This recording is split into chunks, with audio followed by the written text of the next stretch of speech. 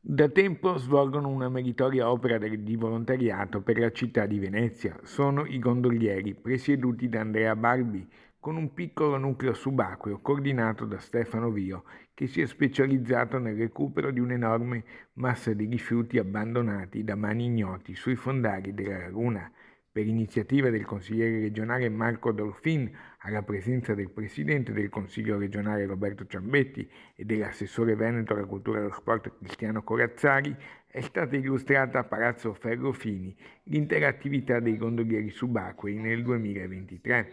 Da questi scarti, recuperati poi, lo scultore e artista Giorgio Bortoli, che sta esponendo a New York, ha tratto spunto per una sua opera d'arte intitolata Il leone salva il mondo, che rimarrà esposta fino al 22 agosto a Palazzo Ferrofini. L'opera è un richiamo evidente all'arte povera. Questo progetto c'entra per noi gondolieri, per quanto riguarda abbiamo trovato l'artista Giorgio che ha voluto collaborare con noi, ha visto il materiale recuperato di un'immersione fatta ancora l'altro anno, di cui c'era molto materiale vario.